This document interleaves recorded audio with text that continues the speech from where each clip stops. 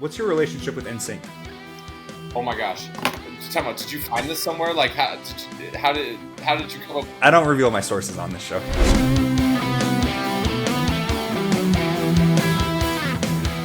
Welcome back to Athletics Check, the show in which I talk to nerds about sports and athletics, and to athletes and people in the sports world about nerdy stuff that they like. Just like we rehearsed. But you want to know what I'm excited about? What? Is the fact that I got to say welcome back to Athletics Check. That implies more than This one is episode. Episode 2. Episode Hell 2. Yeah. My name's Johnny Stanton IV. Johnny Stanton. I don't know. I kind of go.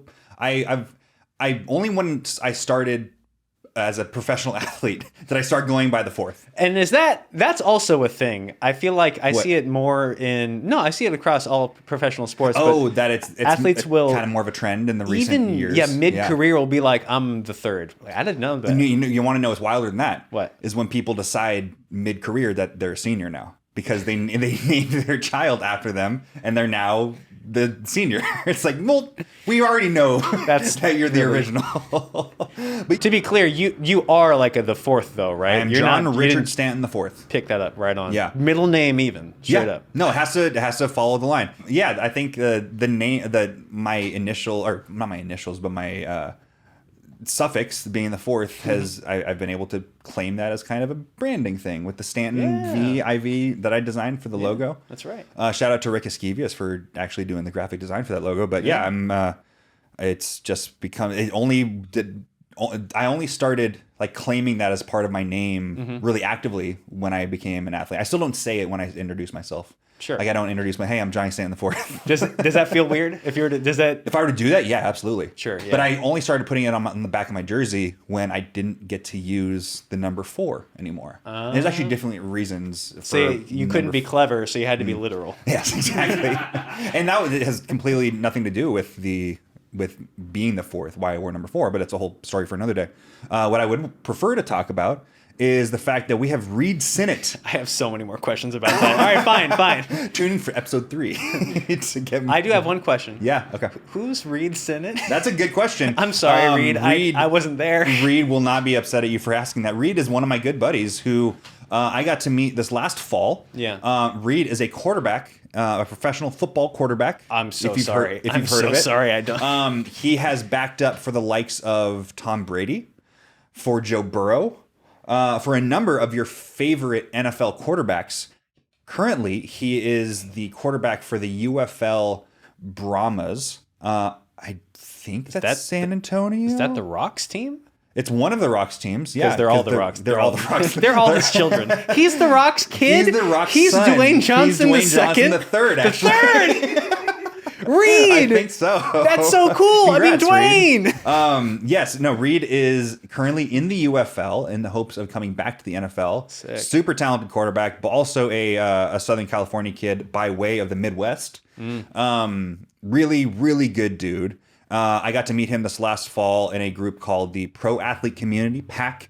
You're probably going to end up getting to hear more about different PAC people in future episodes. Not the Pac-12. Not the Pac-12. Rest in peace. Are they excited for the branding opportunity now that the Pac-12 doesn't exist anymore? I'm sure they are. Yeah, right, I'm sure they are. Cool. But Reid is such a fun, interesting dude. A cinephile.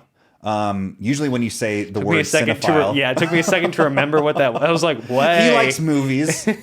For those of you who don't know the definition, and even still, the word cinephile is just kind of pretentious in nature. I don't think most cinephiles call themselves cinephiles. Yeah, it's either pretentious or just the suffix "ophile." You go, ew. Get that guy out of my neighborhood. No, he is a big fan and just gets really in depth with movies. Right on. And we got to talk about some movies that I don't know and have never heard of. What was one of them? I've never seen. What's the movie that everybody says is the best movie of all time? That Interstellar. No, that's not it. Citizen Kane. Thank you. Frank. I've never seen Citizen Kane.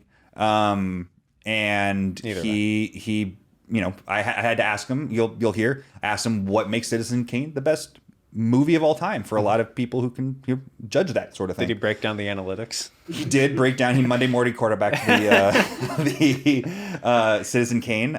But keep listening to hear about what Reid thinks about movies and how it relates to his whole football career. So without further ado, let's introduce Reid Sinnett. Well, Reid Sinnett, thank you so much for joining Athletics Check. Johnny, I'm excited to be here. We've had a lot of conversations about things that we enjoy outside of football, and I'm excited to I have plenty of Dungeons and Dragons questions for you, so I'm excited to see where we go with this. Yeah, Reid texted me yesterday saying that he saw the D&D movie for the first time, said that he was a fan. What you will all learn, listeners, is that Reid is a huge movie buff, so I'm really excited to be able to get his thoughts on the D&D movie, kind of get some clarification for the new viewers, because that's what all Athletics Check is about kind of explaining the nerd world to the jock world and vice versa. So I think we'll be doing a lot of both today.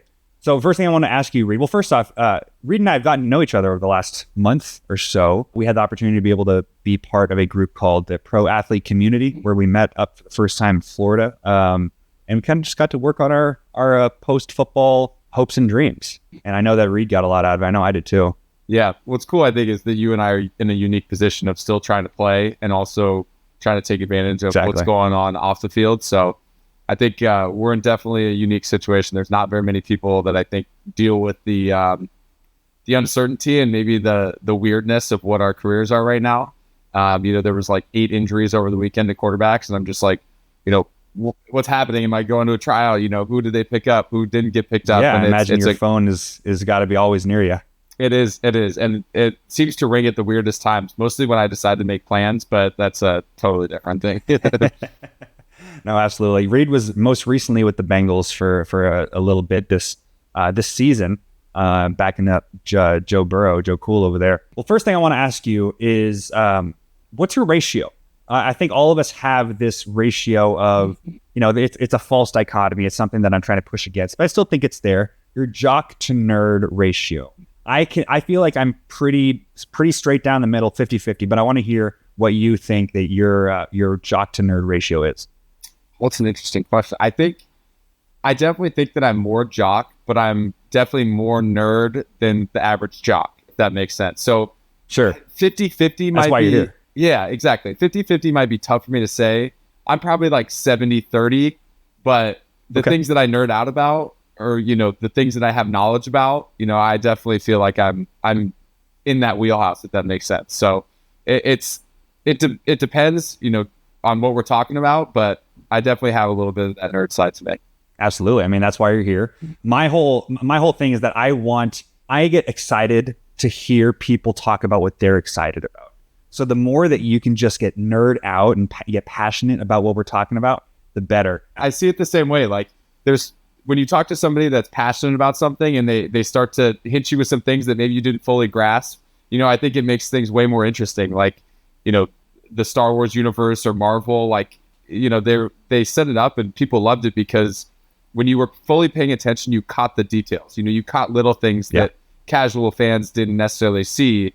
And so there's something about feeling like that about Dungeons and Dragons or Star Wars or whatever it is, that now you start to see things mirror each other, and there's a little bit of excitement that you get from that. Absolutely. I mean, be careful what you say to me with the getting excited about what I get excited about, because I'll talk to you about my D&D character concepts up and down. But let's start it off.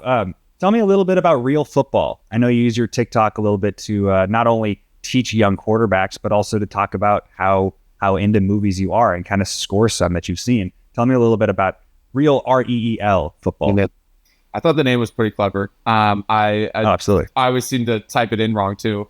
But initially I got hurt playing the XFL. I broke my foot, and I was really trying to figure out what I wanted to do. I wasn't sure what was going to happen. I was spending a lot of time sitting on the couch because I couldn't really do much else. And my girlfriend suggested I should start like posting some of this stuff on TikTok. And as I was, talking about football and talking about movies, it was kind of a learning process for me. But I found out that the football stuff was doing a lot better than the movie stuff. So I definitely shifted more towards trying to utilize it from a business standpoint and, connect young players to what I think is knowledge that they need to succeed at the next level, whether that's, early in high school or college or, hopefully transitioning to the NFL.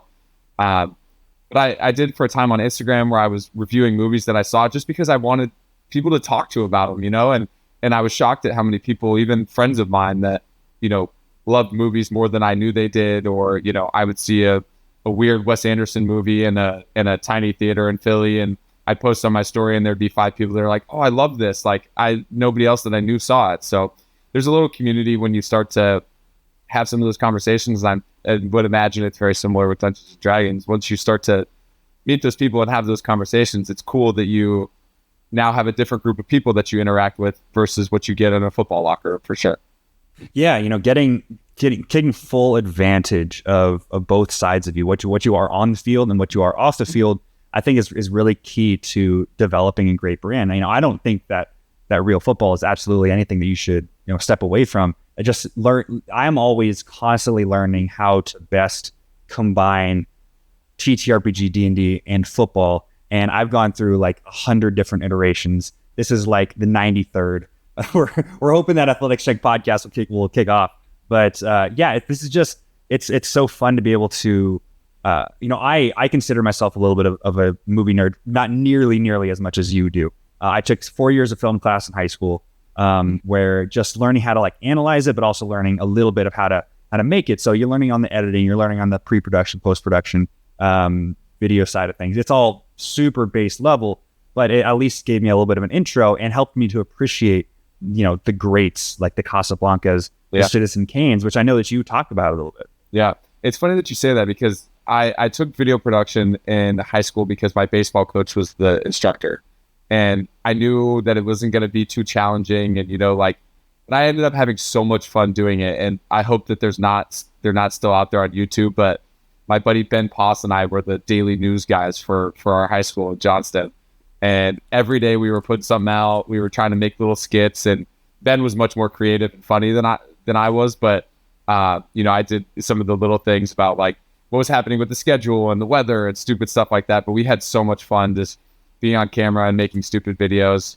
And that was what got me into film. Like I started to recognize shots in movies that I liked, or I started to like think about movies that I had seen that I was like, oh, that probably was better than I thought it was. And so then it just started to pique this interest. And you said Casablanca and Citizen Kane. Citizen Kane was one of those that was on my list. And I started with the IMDb top 100. It was like in college during finals, I just needed to do something that wasn't study.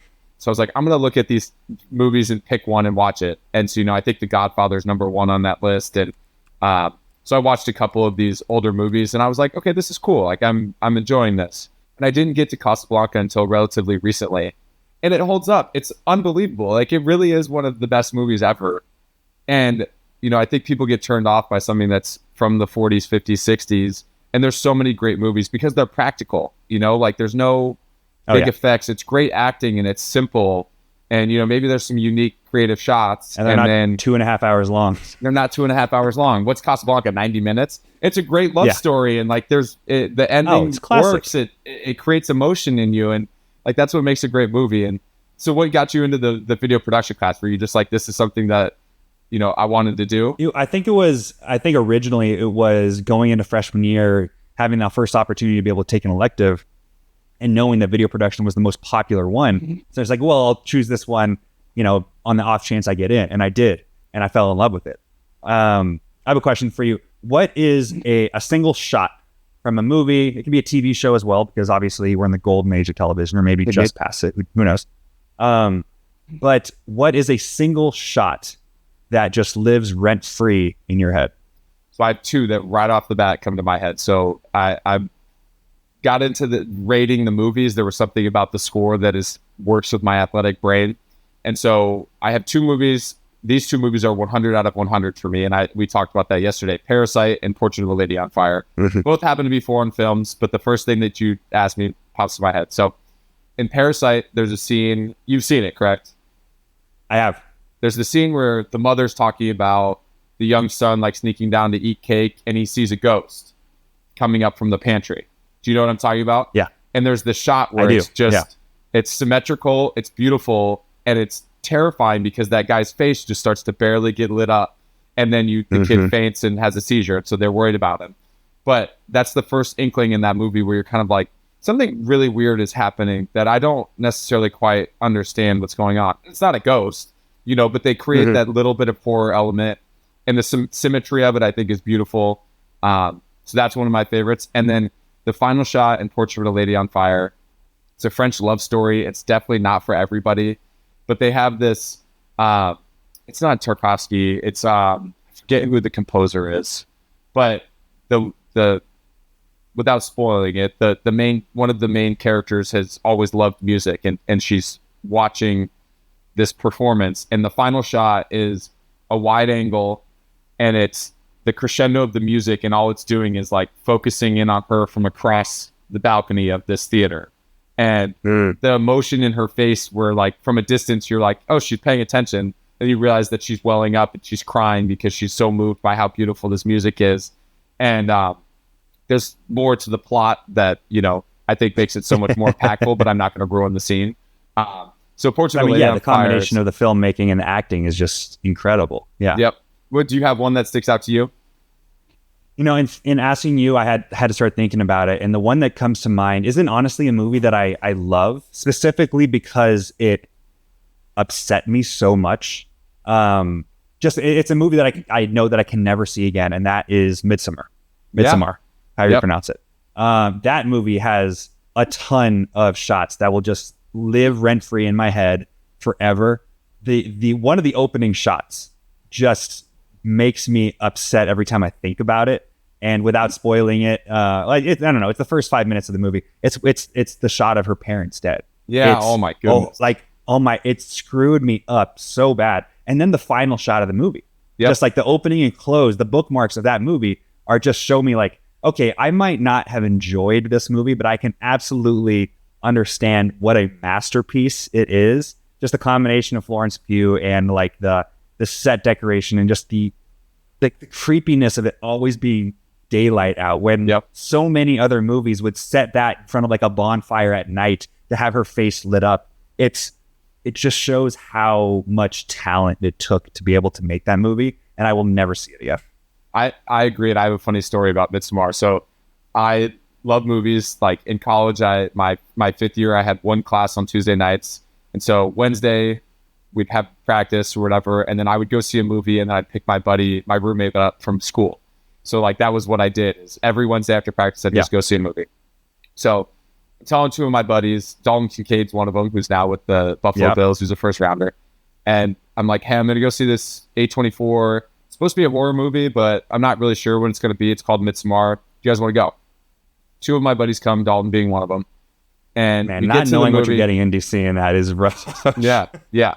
And we see it. It's a long movie, and I loved it. I like Ari Aster a lot. Like I was mesmerized the entire time.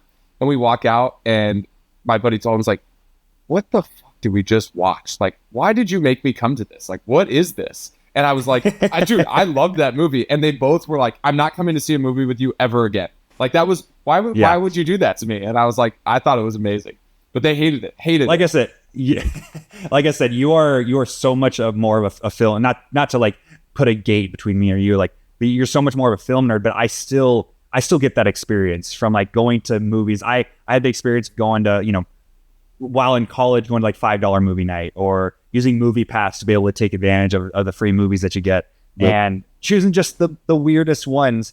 And realizing how much more I appreciate, now that I'm more comfortable with going to a movie alone.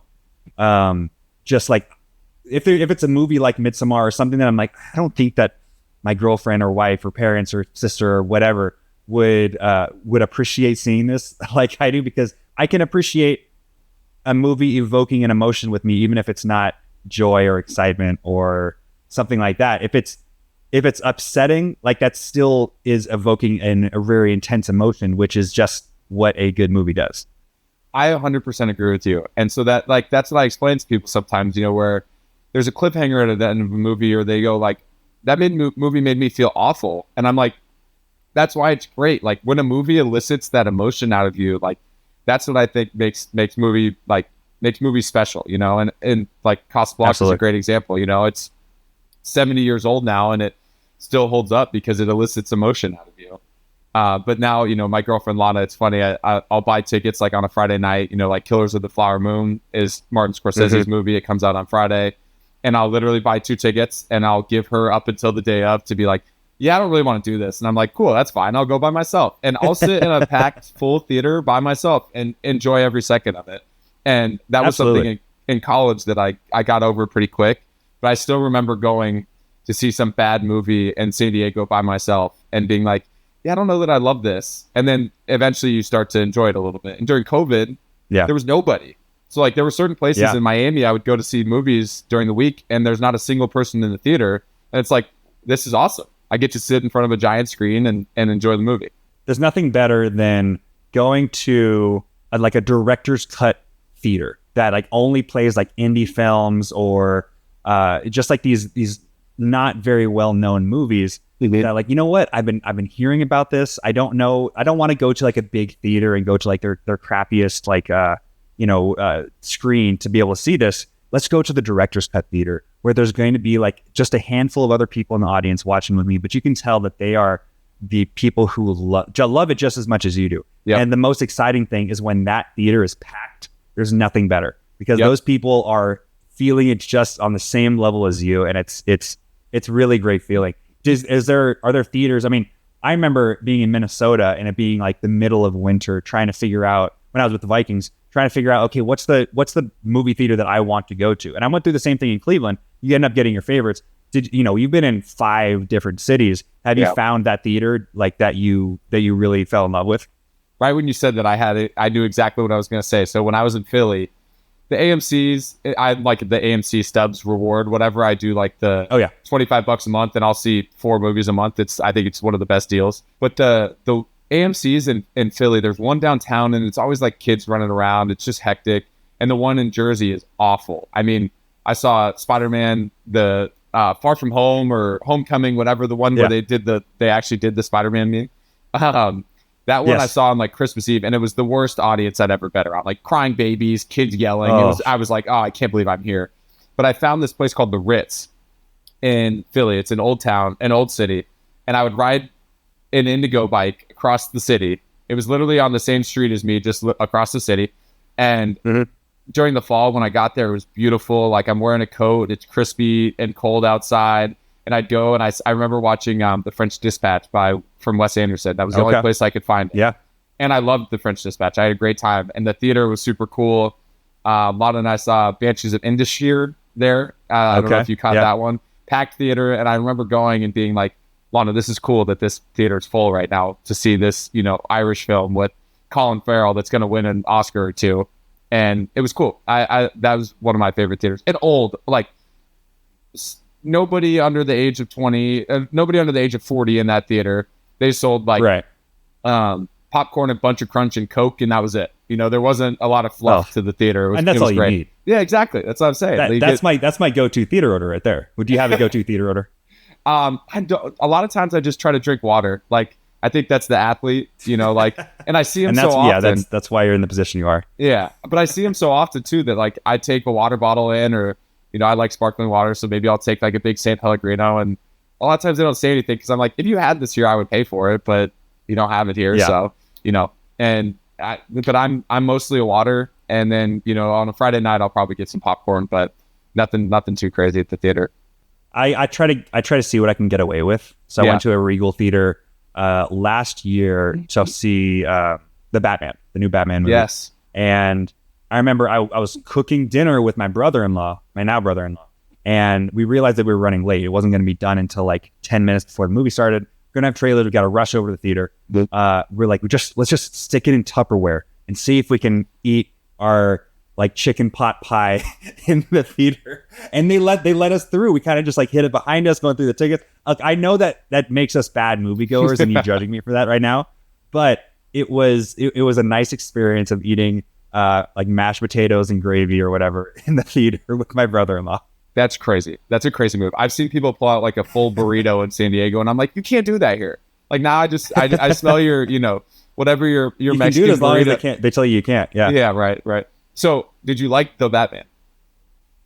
It was great. I loved it. I did. I'm bummed I missed like the first 2 minutes of it because we got there late, but I really loved it. Again, another super long movie that ended far after I thought it was gonna finish. But I'm really excited to see what they do next. I am a big DC movie fan, and we'll talk about this a little bit. I'm a big DC guy, just in terms of comics. The movies obviously don't stack up to the Marvel movies, but I really hope they're able to figure it out. I really hope that with the leadership of James Gunn, they're able to figure out like how do we get this all to mesh and not be in 15 different universes? Because for the average fan, it's super confusing. You know, there was a title of like a subsection of DC Comics, I think around the 90s, maybe in the 80s, called Elseworld Comics. For example, Batman being in like Victorian England looking for Jack the Ripper, or I think it's one of the reasons why Superman Red Sun became a comic where he grows up in Russia, in the Soviet Union, and it's all these great stories. And James Gunn is talking about wanting to create movies out of those, which I think is awesome. They're really, really good stories. But man, you really got to be careful because the average fan doesn't read those comics and they're going to be so confused, which is why, you know, people are wondering, is the new Batman movie getting the same universe as the Joker? Like, well, how does it relate to the new Aquaman movie coming out? Yep. And, you know, DC does not have it figured out, and I hope they do, but they have a long road ahead. I'm excited about James Gunn, and Batman is my favorite superhero. It's not even close. Like, I read all the old original comics. Like, I like the TV shows. Even Batman Beyond was good. I think The Killing Joke is one of the most iconic superhero, comics.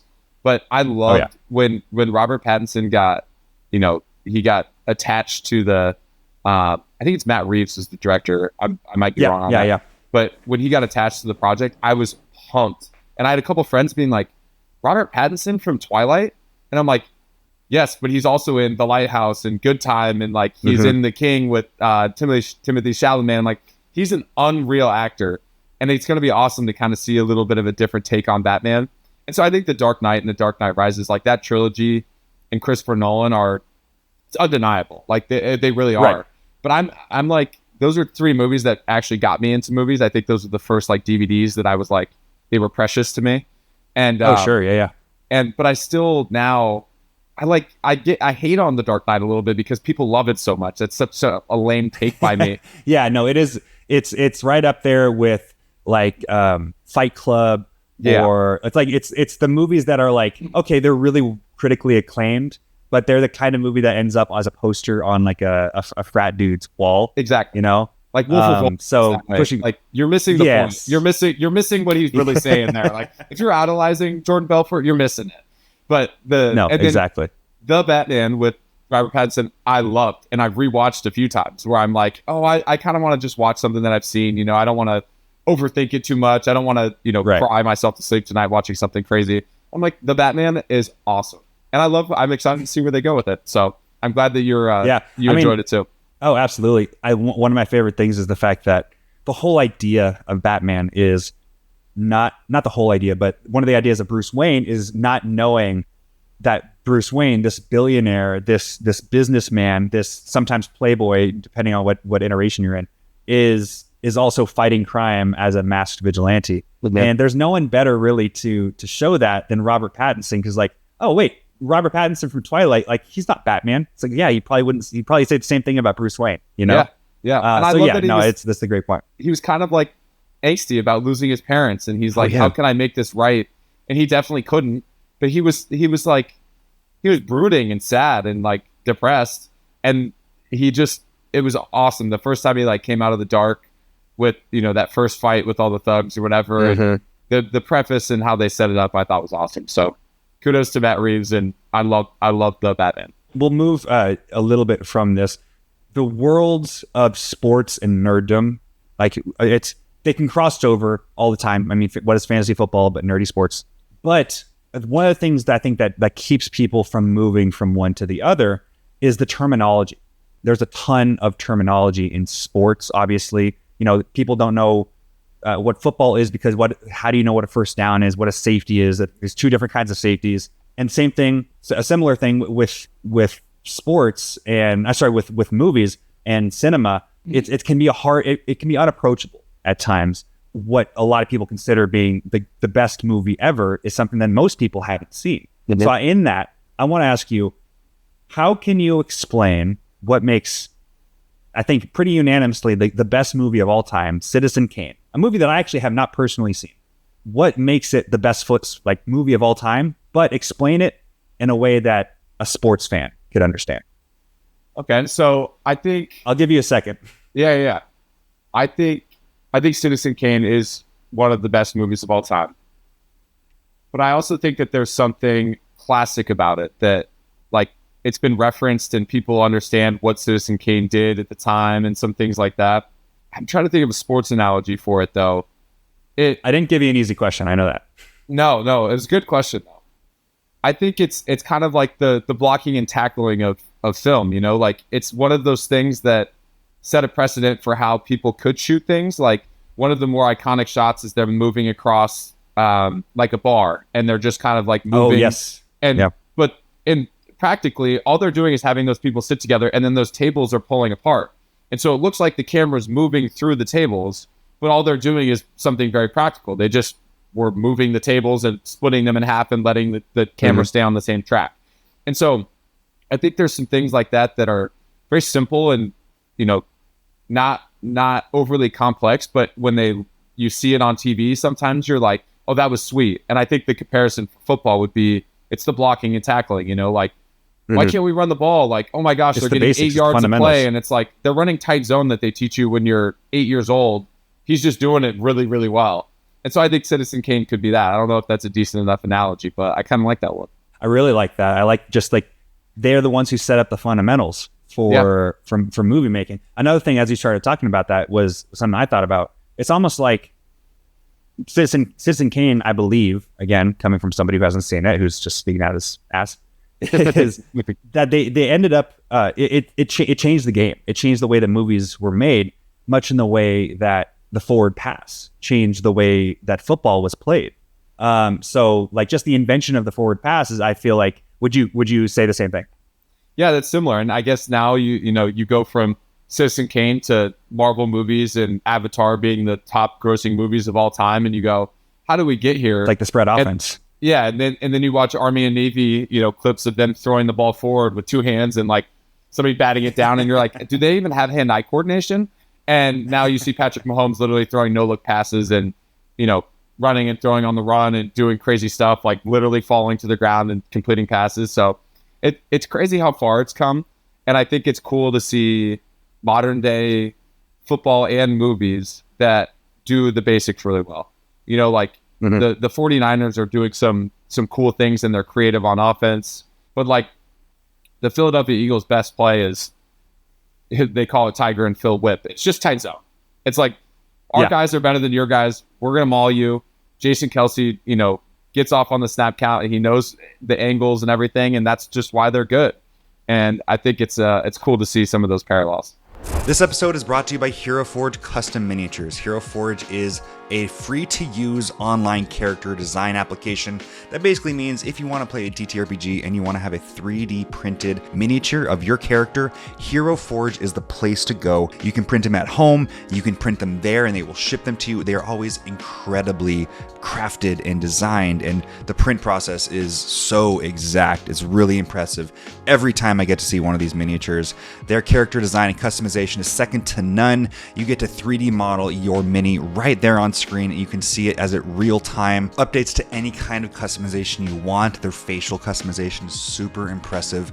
Make sure that you go to heroforge.com to design your custom miniature today, and always check back regularly because they always come back with the coolest updates. They have new content every week, whether it's a new piece of clothing, a new race, whatever you can imagine, you can make it on heroforge.com. So go to heroforge.com today to start designing your own custom miniature.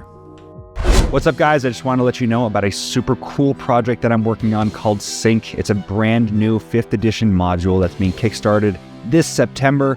It's from my own game design company called Crimson Herald, and we're teaming up with an incredible artist, Sam Rusk. She's a tattoo artist, and we're using that tattoo art style to create this 5th edition module all about tattoos, pirates, and dungeons.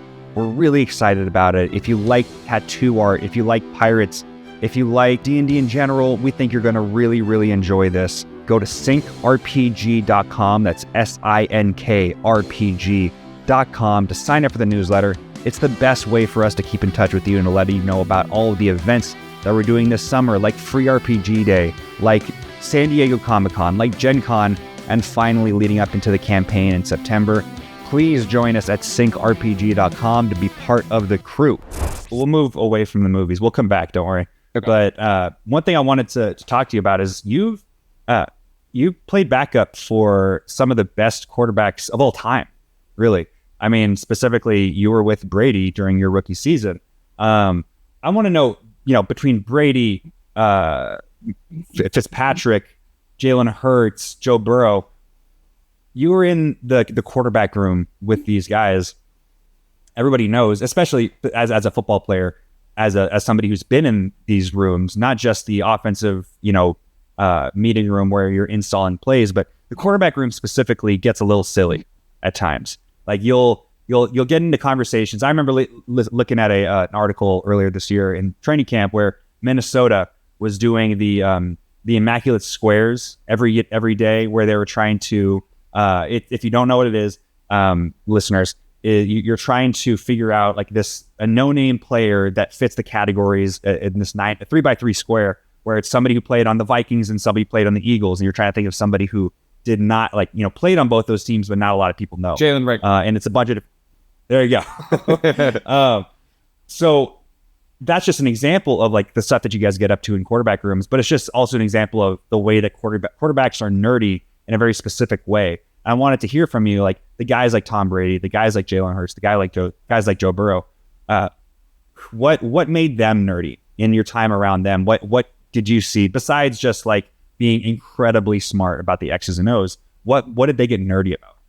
It's a great question. I think I was in Tampa. We talked a lot about, like, they told a lot of stories. Tom Moore, who was Peyton Manning's offensive coordinator. He's seen a ton of ball. So he was in that meeting with Byron Leftwich and Tom Brady, and Clyde Christensen, the quarterback's coach, was with Peyton while they were there. So it was all football. Like, all they could talk about was, this play and that play. And do you remember this game? And we beat you here and you guys beat us there. So it was really cool to listen and talk about that. Especially, I grew up a Colts fan and a Peyton Manning fan. So those guys were cool.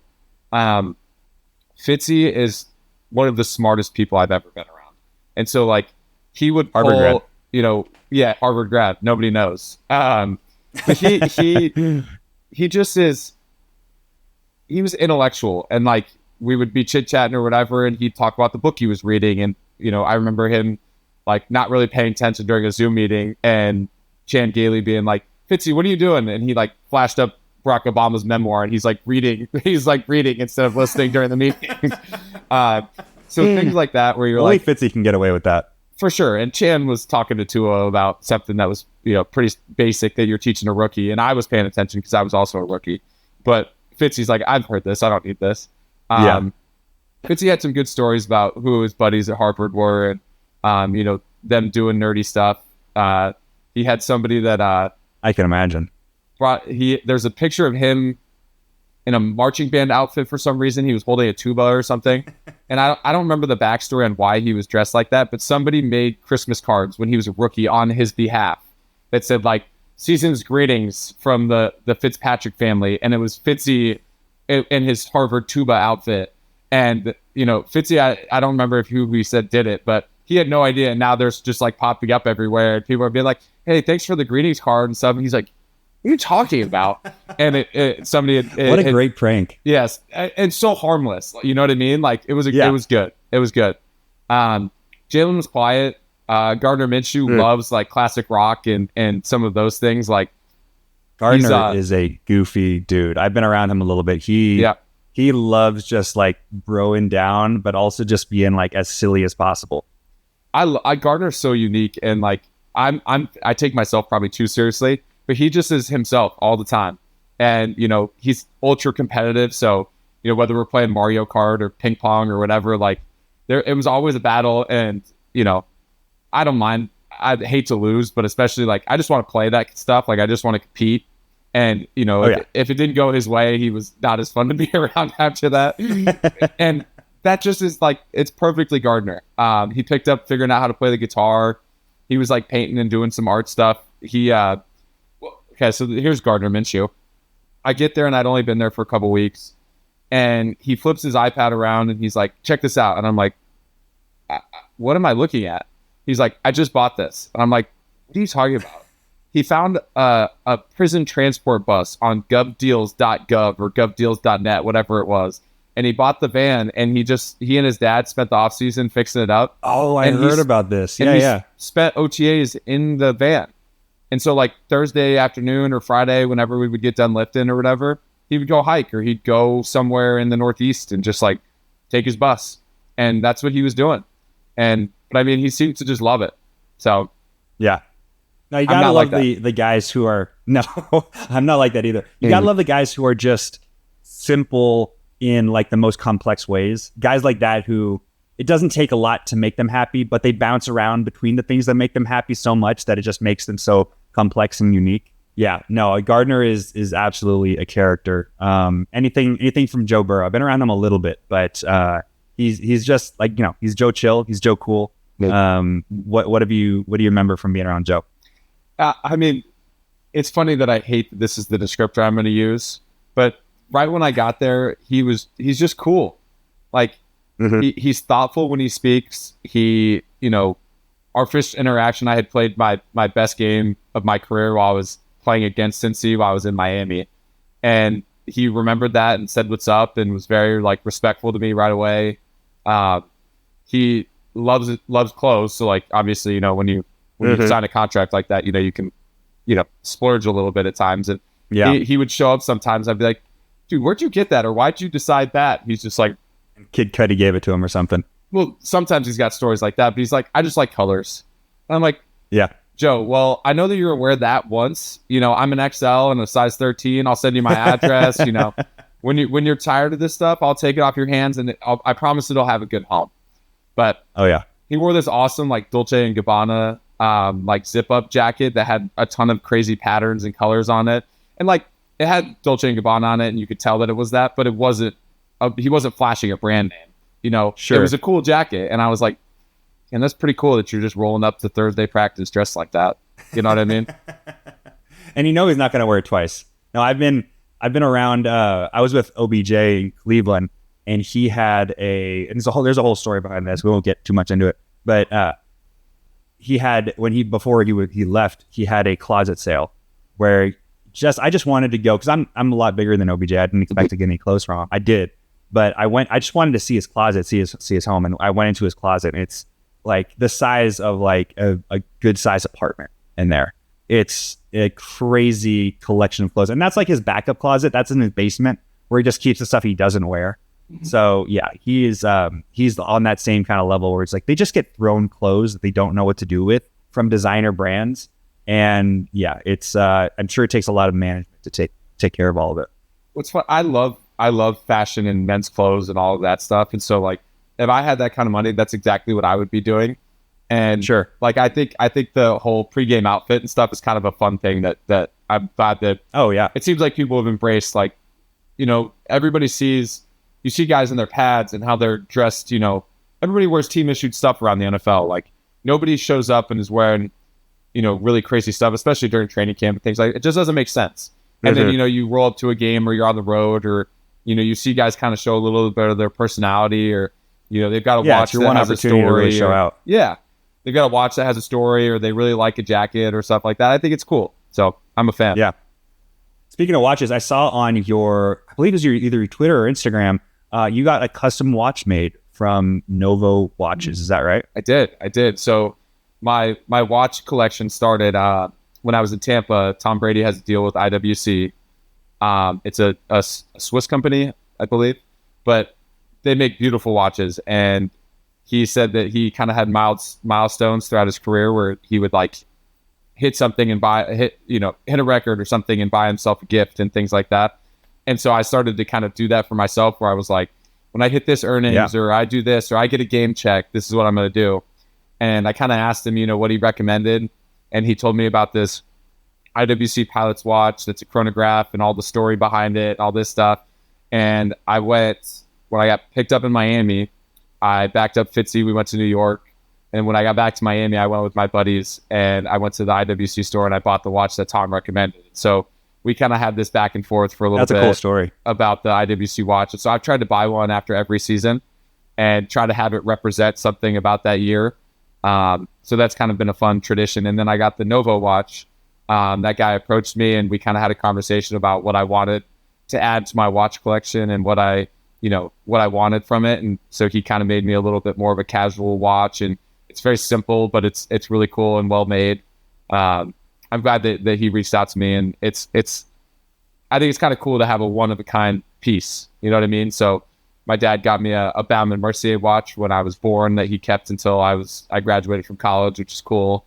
That's awesome. So I think there's some cool stories with that stuff. So if I can, take good care of my watches, then I think it'd be something cool to pass down and kind of see how they progress. They're timeless pieces. Yeah, absolutely. I mean, that's one thing. I'm not a huge watch guy, but I can absolutely understand like the artistry and like the just the tradition of having them. And because like you said, they're timeless. You have them for your whole life if they're a high quality watch. When I got married, I was wearing one of my grandfather who's passed on now, one of his watches. I was given a watch by my grandfather on my other side of the family before he passed. They end up like holding a lot of meaning, I think, whether they are intended to or not. Do you collect anything from your teams that you've been on?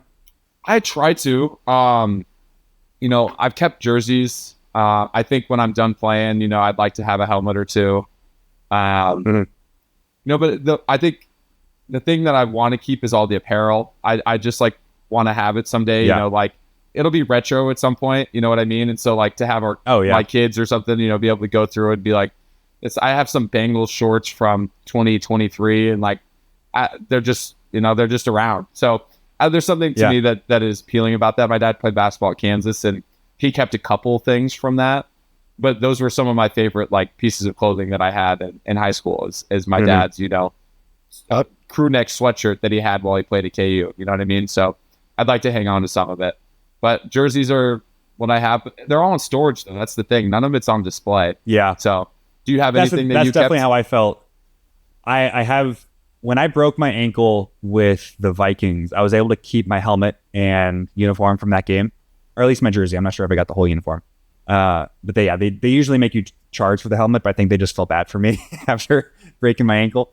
I'm still working on getting my Cleveland helmet. Now it's been over a year now. They either gave it to somebody else or they don't have it anymore, but I want to get a Cleveland helmet because my dad's been collecting all my helmets. I think the only one he doesn't have is the University of Nebraska.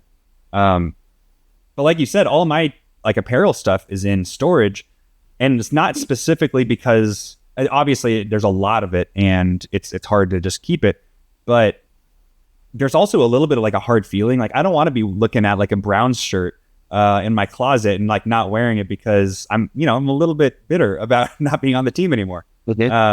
So yeah, there's a little bit of that. All my Viking stuff, it's been long enough since I've been on the Vikings that's at least like within arm's reach. But I don't know if that's how you feel about your former team's workout gear. I love when I was in Miami. So like when I see people with fins stuff on, I say stuff, like I'll hold on to that stuff and it'll make me feel like proud. You know what I mean? Like I got claimed by somebody else. So like I felt like my time in Miami was the best football that I played. And then I was in Philly, and now I have a girlfriend that's from Philly, and so we spend a lot of time there. But I felt like I did a little dirty, and like that feeling sucks. So like now my buddies I have a buddy that's a Philly fan, and she's a Philly fan, and we went to watch them play the Rams the other weekend. And like I root for the players and stuff, but like the organization and and the logo and stuff, it makes me feel a little some type of way. And like it's not like eating at me on a daily basis, but it's not something that I'm like really excited to root for. You know what I mean? I don't have that fandom or that feeling like I know, some people feel about whatever organization or team they were with. It's different for us. Yeah. It's different for us. You give all of yourself to a franchise, to an organization, and it's business, you know, and that's simply what it is. And other people don't really get to have that opportunity of feeling that like kind of bitterness, personal bitterness, Yeah. like the normal fan, there's only so much personally you can do in reference to a team. We're going to move on a little bit. What's your relationship with NSYNC? Oh my gosh. Tell me, did you find this somewhere? Like how did you come up? I don't reveal my sources on this show. Okay. I loved NSYNC growing up. My mom might have to confirm this. I think it was the first concert I ever went to. It was Okay. We were in Kansas City. I remember they had like a long stage, and I'm like 6 years old, leaning over, and Justin Timberlake touched my hand. So I've made contact with Justin Timberlake. I don't listen to much NSYNC anymore, but I definitely, they were the boy band. Well, it's been a while since they've come out with an album. Yeah, but there's bands I listen to that haven't come out with an album in a little bit, but no, they're classics. I remember my cousin Evan is the same age as me, and I remember like running around the basement jamming out to NSYNC, like jumping off of couches, like being that age. So I heard you would perform a little bit for the family or in front of the TV screen. Yeah. Yep. We had some karaoke, so I was definitely singing, but I think I realized pretty quickly that nobody wants to hear me sing. So that dream ended quickly. Same with playing the saxophone. That lasted for about 6 months. Can you tell me a little bit about? I was able to find one nickname of yours. Tell me about the Senator. The Senator. So I've never been a nickname person. Like Reid, I feel like is unique enough and it's simple. Like it's short. There's no way to shorten it. And I think it was my junior year. One of the announcers, a family friend of ours, just started calling me the Senator, and I liked it. I thought it was cool. It's pretty good. I would go. It's a good play on Sinnett. Yeah, exactly. And I would go up, and he would say the Senator, and I was like, that's pretty sweet. And so it translated to football and basketball a little bit. The next season is he would do some of the play-by-play or the announcing and stuff, and I always thought it was cool. And I never told anybody that was my nickname. But Jeff Lorenz, the play-by-play guy at Johnston, he had it down for a long time. And then he joked that my brother was going to have to be something else, like the House of Reps or something. He was like trying to come up with something for him, and it just didn't work. But I like the Senator. Yeah, I think translating a nickname to like the next level of play is a really hard thing, especially if it's not like a really well-known thing. I think probably the easiest way of doing that is like making it your social media handle or something. My first social media handle for Instagram was Johnny Football because I got there first. I was Johnny Football before Manziel was Johnny Football, at least in high school. He earned it, but I was able to go by that for a little bit until I got tired of being tagged in the Instagram posts that were people trying to get Johnny Manziel's attention. That's funny. I think it's got to be tough when you have a nickname that you really are feeling and living by. It gets completely stolen. And just, you just got outshined, man. I'm sorry. Like, I don't know that anybody... No, it's true. Nobody could have outshined Johnny Football. Well, I mean, the Johnny Football, not Johnny Stanton Football. Yeah. See, doesn't that sting a little bit? It's got to sting just a tad. I'm over it at this point, but it did sting for a while. Listeners, look at his face. He's not over it. There's tears. He's welling up. It's welling up. Something that I was wondering is obviously we're trying to cross over movies and sports as much as possible. One thing that I'd love to be able to hear from you is get a couple player comps. Player comp being like, okay, when CJ Stroud was coming into the league, people were reminded of, I don't know, Kyler Murray or whoever. Let's get a couple player comps for some of your favorite movies. Some of my favorite movies. Let's start off with Blade Runner. I was able to get a couple of these. Let's do the original Harrison Ford Blade Runner. What NFL player, past or present, is Blade Runner? Who would be a replicant? Who just does their job with no remorse? There's no ifs, ands, or buts about it. One person I think of, Megatron. Oh, that's good. But he's got to be a Transformers comp, right? If his nickname's Megatron, he's got to be, No, Calvin Johnson. He's our producer said Brock Purdy. Anand said Brock Purdy could be pretty good. That's a great Brock Purdy could be a replicant, and his job is to just he's pretty old school too, especially if you're going with like the Harrison Ford version. That's he's kind of a throwback to like an old school quarterback. Is the end of Brock Purdy's career going to be oh my gosh, am I an elite quarterback and I can also do something else? Maybe that's the end of his career as he realizes that he can. I've seen he can things be elite at people something wouldn't else. believe. Yeah. I like that one. That's good. What about the updated Blade Runner 2049? See, kind of the same. I think his name's K2, it's K something. But he's a replicant too, but he's an assassin. Like that's kind of his whole thing. Jalen Hurts might be a decent comparison. Jalen doesn't let a lot of things get it, in his head, and he moves in a pretty straight line. So Brock Purdy and Jalen Hurts might be my two replicant answers. I like that. How about Parasite? Who is the NFL version of Parasite? That's kind of a tough one. I know it's I think for those of you who haven't seen it, it's such a tough it's a tough movie to watch. It's another one of those uncomfortable ones. It's a thriller about this family who's in a rough spot, trying to make their way by being parasites of this richer family. But it might be a tough one to translate to the NFL. I don't necessarily want to throw specific names at this, but there are definitely some guys that pretend that they are something that they're not, and they get to steal from the NFL. And I've heard stories of backup quarterbacks or quarterbacks specifically that are doing everything they can to not be on the field because they know that they're going to keep getting paid as long as they don't have to show that they can't play. There are a couple names that come up for me. Yeah. So I don't want to throw anybody. Every team that I've been on, I feel like I've a lot of people have shared this opinion with me. A lot of people end up feeling like, this guy's been in the league for a long time. I'm trying to figure out why. Yeah, right. Yeah, and I've seen a few of those guys at multiple spots, and I'm always jealous of them. Always a super likable guy. Always a very likable person. That's why people want him around. But yeah, I wonder if that guy's earned his spot, or if he's just been with the same coach for over 3 different locations. He actually knows what's going on, and that coach likes him, so he gets to have a job. Yes. And then I kind of go, I wish I was that guy. I wish I played the politics game a little bit more. It's that I jealousy. was like, it's not. Yeah. Yeah. Exactly. It's jealousy. It's nothing other than that. How about Inglourious Bastards? Well, that's a good one. I think it's like just straight up violence. The Bear Jew, Brad Pitt. All he does is kill the guys that he kills Nazis. That's his whole thing. Trying to think. I mean, the first one that came to my head is Trent Williams just murdering defensive ends. I was thinking of Trent Williams too. Trent Williams is just I don't think casual fans realize that he arguably could be one of the best players in the NFL. Like, oh yeah, I mean, starting tackle for the San Francisco 49ers. Yep. Multi-time All-Pro, Pro Bowler. Just plays with a vengeance. Played a very prominent role in this most recent week's game. Yep. Pre-game with the fight with the Browns. Yeah. Yep. An alpha among alphas. Like when that guy walks in the room, you're like, oh my God. And if shit's gonna go down, you know who you're going with, because I'm picking whatever side he's on, because that's the side that's gonna win.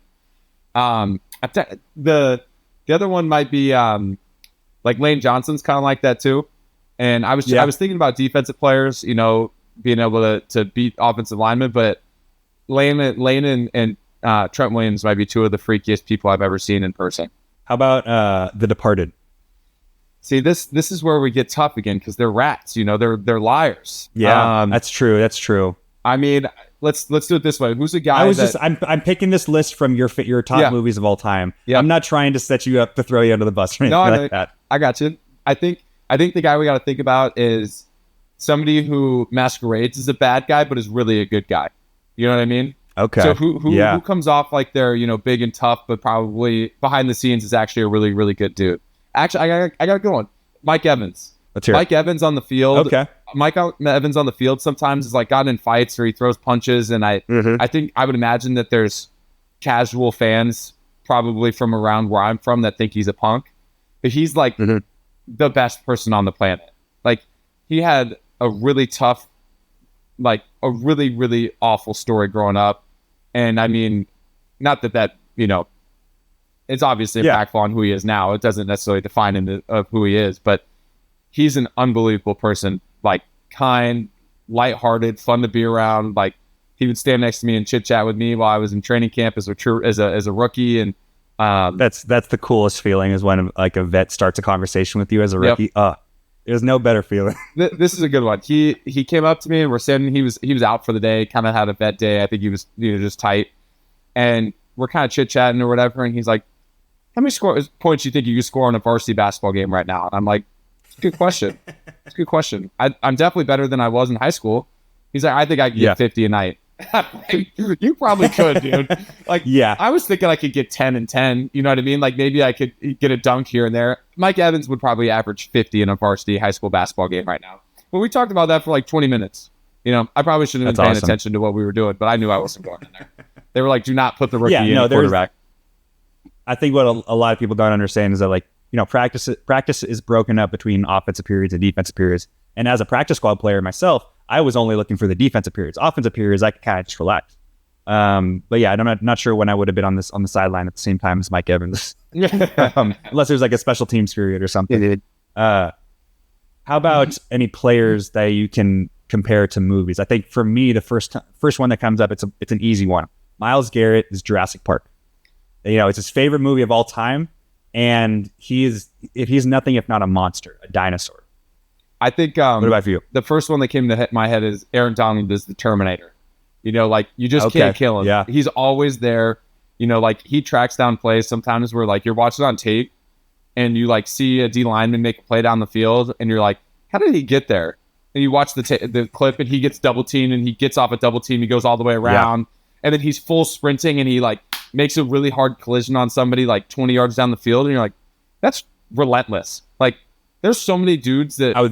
That's the word I was thinking of. Relentlessness is, like, the key attribute for any, like, great defensive player. Yeah, exactly. And I think, you know, the other comparison you got to make is, you know, Kieran Culkin is Joe Burrow's, you know, doppelganger. Like, I don't know if Joe Burrow fits in Home Alone, but, you know, and I don't want to compare him to his brother, is it Macaulay Culkin, who was in Succession? Yeah. Or am I getting him mixed up? No, Kieran was in Succession. Macaulay was in Home Alone. Home Alone. So I don't necessarily want to throw Joe Burrow in with Roman Roy from Succession either, because I don't think that's a fair comparison. But I do think it's funny how similar they do look.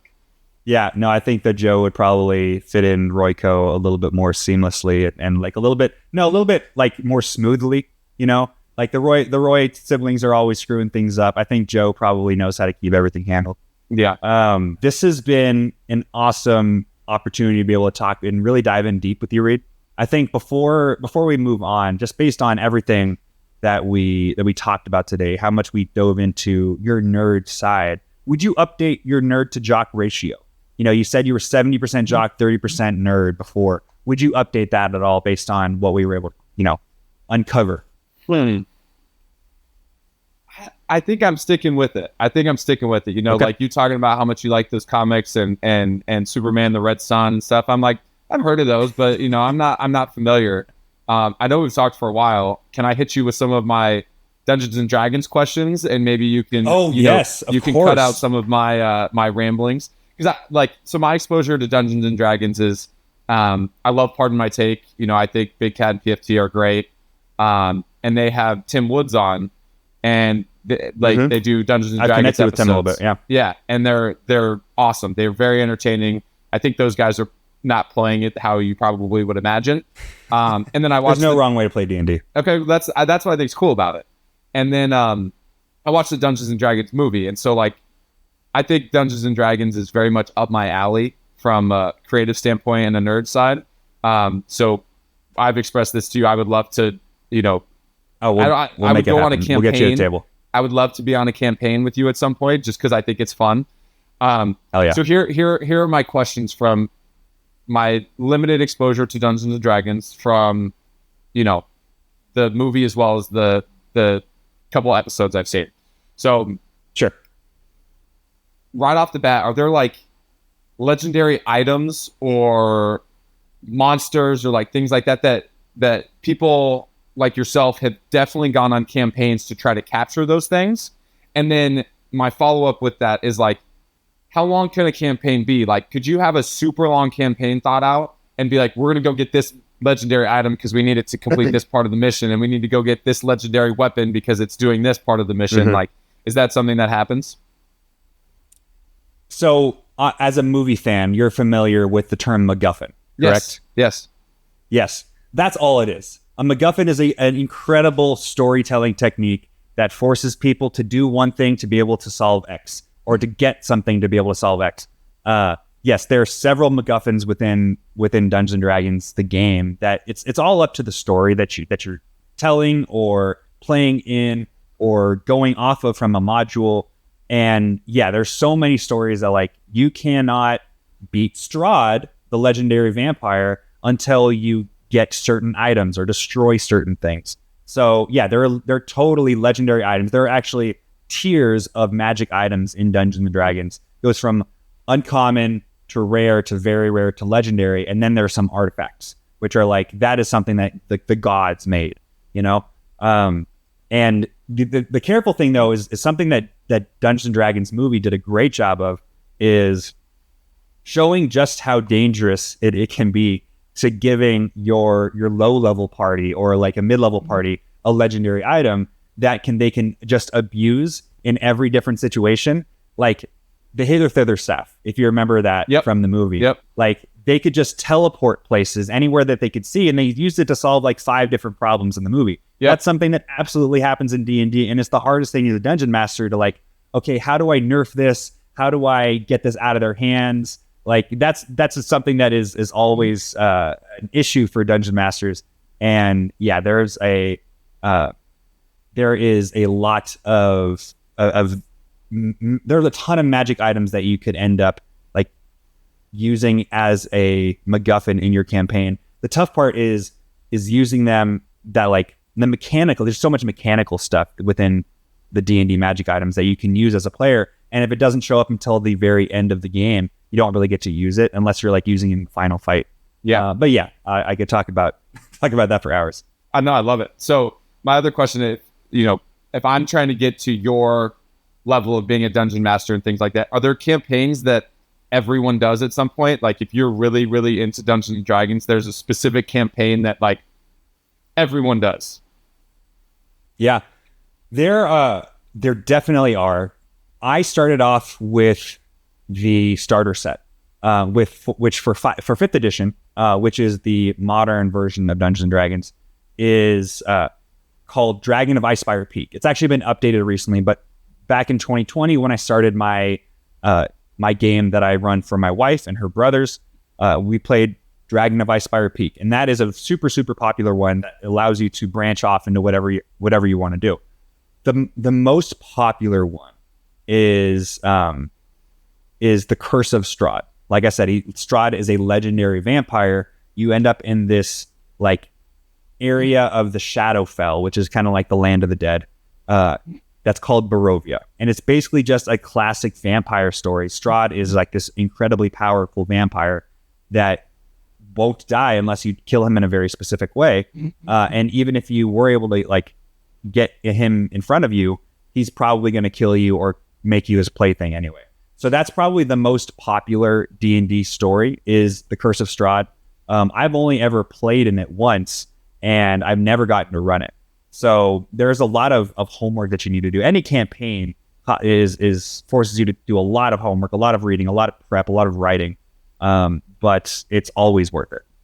That's really cool. So if, how often, like for something specific like that with a powerful villain or monster, what would be the correct term? Yeah, both. Okay. Both so, monster, villain.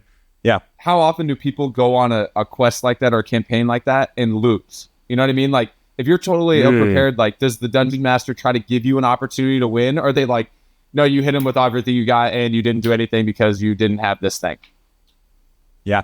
I'd say 99% of campaigns end in like a total victory. Maybe not 99%, but there's a thing called the total party kill.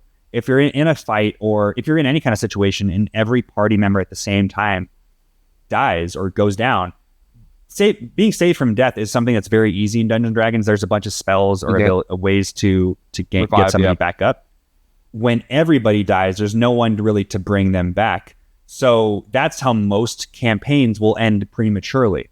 My next question, is there like specific animals or like companions or villains or anything that you enjoy bringing you along on your quest, fighting specifically? You know, is there somebody that would be considered your favorite in either of those categories? I mean, dragons are always fun to run. It can be the toughest line to walk, though, because you don't want to introduce too powerful of a dragon too early in your campaign. I've made that mistake. He blew his ice breath on the party, should have frozen all of them in place and killed them all, but I didn't stick to my guns, and I said that they rolled lower than they did. Don't tell my party that I said that. But you know, honestly, we will have an opportunity to be able to show you another one of my favorite monsters in our Patreon adventure. If you are a Patreon subscriber, this is a great segue. Thank you. If you are a Patreon subscriber, we are going to run a quick little 10 to 15 minute adventure for Reid that I prepared specifically for him. I actually made you a character sheet that probably the first one you're ever going to see. You are Reid the Senator Sinnett, a 3rd level Aasimar divine soul sorcerer. Okay. So if you remember Justice Smith's character in Dungeons and Dragons movie, he was a sorcerer. You will be a very similar kind of character. But Reid, thank you so much for being on this show, man. This is, like I said, it's been awesome to be able to really dive in deep into movies with you. I had a great time, and I've got a ton of Dungeons and Dragons questions for you in general. So whether it's online or offline, I'm very intrigued by it, and I love that you're making this part of your career and stuff. It's awesome to see. I appreciate it. It's always fun for me to be able to talk about it, especially with other athletes who have shown a modicum of interest in it. I'm like, yes, more, please. There are dozens of us. Not yes, yet. there's dozens. There's dozens of us. It's all the goofy white guys. There's only a couple. There's exactly. only a few of us. It's true. Plus Myles Garrett. Is there anything that you'd like to plug? Like, tell them about a little bit of Rising Tides Quarterback Academy or your TikTok. Yep. So I'm Reid Sinnett and Rising Tide QB Academy on TikTok and Instagram. I do some private coaching and things like that. Love the mentorship side, and I think there's so much information that I've accumulated over my 4 years in the NFL that, you know, I want to help the next generation of quarterbacks understand. And I think I would have been in a much different position had I gotten some of that mentorship and coaching earlier in my career. And that's, you know, no knock on anybody. It's just sometimes you're not exposed to it until you Absolutely. are. And I'd love to provide that for other kids. And I think there's a lot of ways that I can help from a mentorship standpoint, from a football knowledge standpoint, on and off the field. And I think NIL is a cool, you know, avenue to help athletes now. And you know, I a lot of that part of my life right now is exciting. So check out Rising Tide QB Academy or my Instagram, Reid Sinnett. Yeah, if you are interested in football at all, learning more about it, or if you just want to learn how to throw a spiral correctly, Reid is an awesome teacher. Go check out his TikTok, guys. And before we finish up, Reid, I'm just going to ask you to go to that other tab where I asked you to turn on an online dice roller. Yep. I'm going to ask you to please roll an athletics check. Oh, this is that gonna just be means bad. roll a d20. Oh, No, it's not. Just roll a d20 and let's see what you get. I got an 8. An 8. That's okay. We're going to give you a big boost. We're going to say you're proficient and you got a +2 in strength. So let's give you a +4, a 12. It's 12, not bad. 8's probably Reid. realistic if we're being honest. No, I don't believe you. Reid, thank you so much for being on the show, for being on Athletics Check. And viewers, or excuse me, listeners, do me a favor, roll me an Athletics Check. Well, there you have it. That was the Reid Sinnett episode of Athletics Check, the current UFL Houston Roughnecks starting quarterback. He's an incredible guy. I'm so lucky to have gotten to know Reid, and he is absolutely killing it right now in the UFL. So excited to see what he does in the NFL. But that was your episode this week for Athletics Check. If you want more, if you want to hear more about Reid's D&D adventure and be able to see him play Dungeons & Dragons for the first time, go to Athletics Check Pod on Patreon. That's where you get a whole bunch of bonus content. I actually just filmed a Muay Thai workout with Amy Vorpal that I think you're really going to be able to want to watch. We're going to get that on the Patreon very soon. We have Reid's D&D adventure on the Patreon now. So don't miss out. Join us at our Patreon at Athletics Check Pod. This has been an effing funny production. We have Frank Janisch and Travis Reeves as our editor. And I have been Johnny Stanton, reminding you to roll an athletics check for me.